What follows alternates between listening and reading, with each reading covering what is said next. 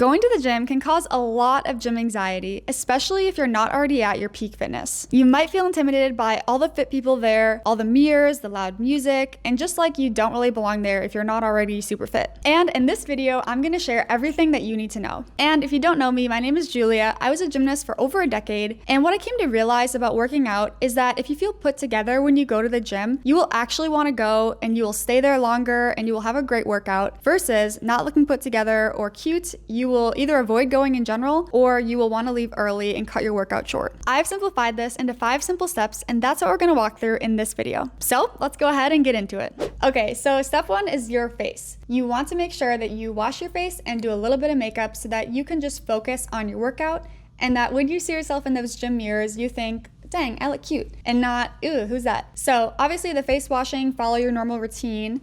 And then for your makeup, I would suggest doing your brows, so at least brushing them. And I like to fill them in at the ends.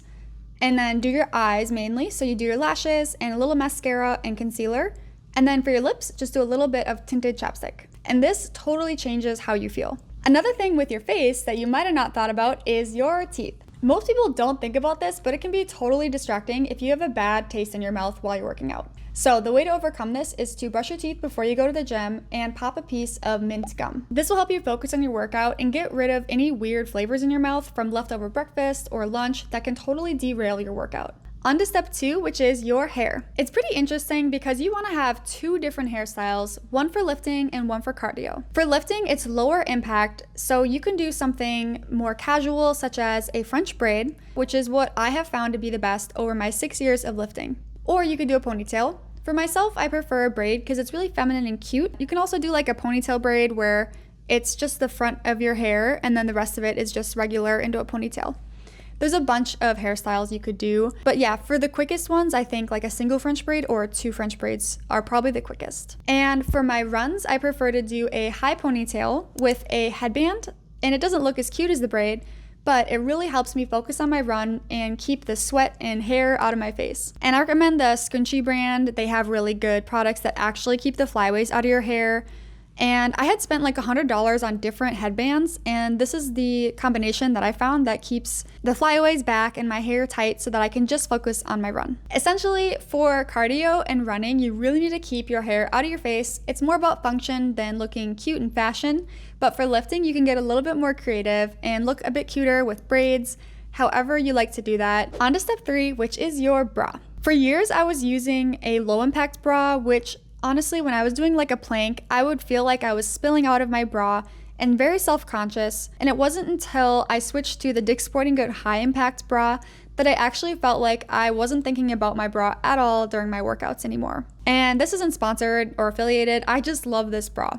I wear it for lifting and running, and it's the only one I wear now because I feel like my posture is better and the straps are adjustable, so I can make it looser for lifting and more tight when I run. But you can look for a similar high-impact sports bra that has adjustable straps, some padding, and is just tight enough to help your posture and help your girl stay in place so that you can focus on your workout. And then for your outer layer when you're at the gym, you can opt for a longer, looser shirt if you want to cover your belly or your glutes if you feel a little self-conscious or want to be more modest. Or you can opt for a crop top, which is really cute with leggings, which shows off your core and your glutes. And it also allows for really nice airflow if you tend to get hot at your gym. My favorite ones are from Target, but you can get them from any brand. I like the kind of bright tops because I tend to wear black bottoms. So like blue or coral pink is really cute. There's even a whole world of knowing your colors that look best on you. And I'm not going to cover that in this video, but if you would like something like that, definitely let me know in the comments. And now onto the bottoms for your gym outfit. It starts with your base layer, so I like to go with a breathable base layer that also has no line showing because 1, it's super soft, and then 2, it's breathable because you get pretty sweaty at the gym. And the one I love is the Autumn brand of thongs from Target, and they're cotton, so they're super breathable, and they're like the softest pair of underwear I have ever owned. Not to mention they look great under leggings. But you can find a similar pair that is cotton and breathable, and I recommend thongs because they look really good under leggings, but if you don't like thongs, that's okay too. And I really recommend something soft so that you're really confident when you're doing your workout. Next is your outer layer for your bottoms. And for this, I would recommend black leggings or spandex with pockets. And that's because you can put your phone and your gym chapstick in your pockets.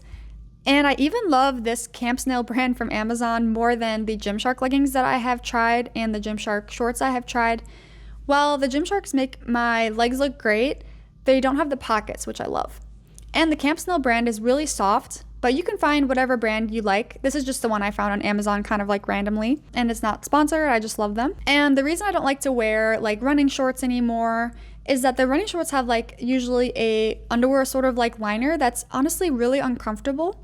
And I tend to cut those out when I buy running shorts. So if you're doing stretching and you're laying down, you might be worried about like your butt showing.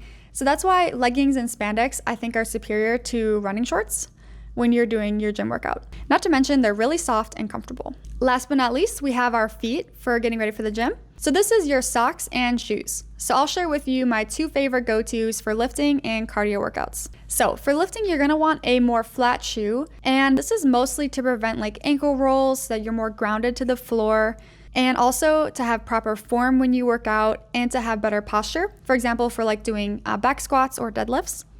So for that, I like the Converse high top. I just like the white one because it goes with all my outfits.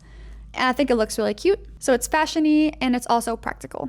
And it's flat, which is really important. And for cardio, I prefer the Hoka Clifton 9 or 10s.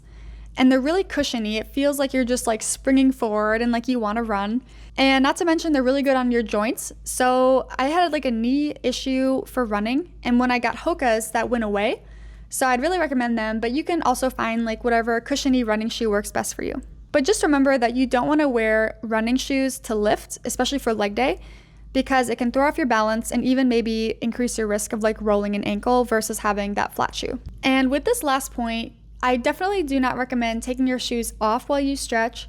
I know that you see that a lot online, or at least I did when I first started lifting. And when I did this at the gym, I totally got athlete's foot. So I had to throw away all my socks that I wore to the gym, and that was an expensive mistake. So I'd recommend keeping your shoes on when you're stretching. And even when I see people to this day taking their shoes off, I just think like, oh, I hope they don't get athlete's foot. It's really pretty simple to do. Just don't fall for the Instagram, whatever you see online, people taking their shoes off. It's not worth it. And for the type of socks that you wear with your shoes, I think that it's important to do a crew neck sock with your high top Converse, because it prevents like weird chafing on your ankles. And you can do like Nike, or I like Pro Compression as well, but whatever works best for you.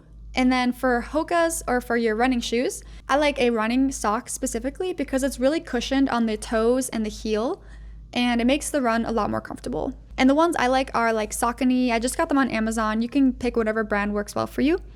But I have tried running with regular socks like the Nike or the Pro Compression, and they're not as cushioned as like running socks are, because running socks are designed for a lot of repetitive hitting, you know, like your feet. So the cushion on the toes and the heel really makes a difference and makes it a lot more comfortable. So now you know how to get ready for the gym, and these are tools to get yourself ready for the gym and to conquer your gym anxiety.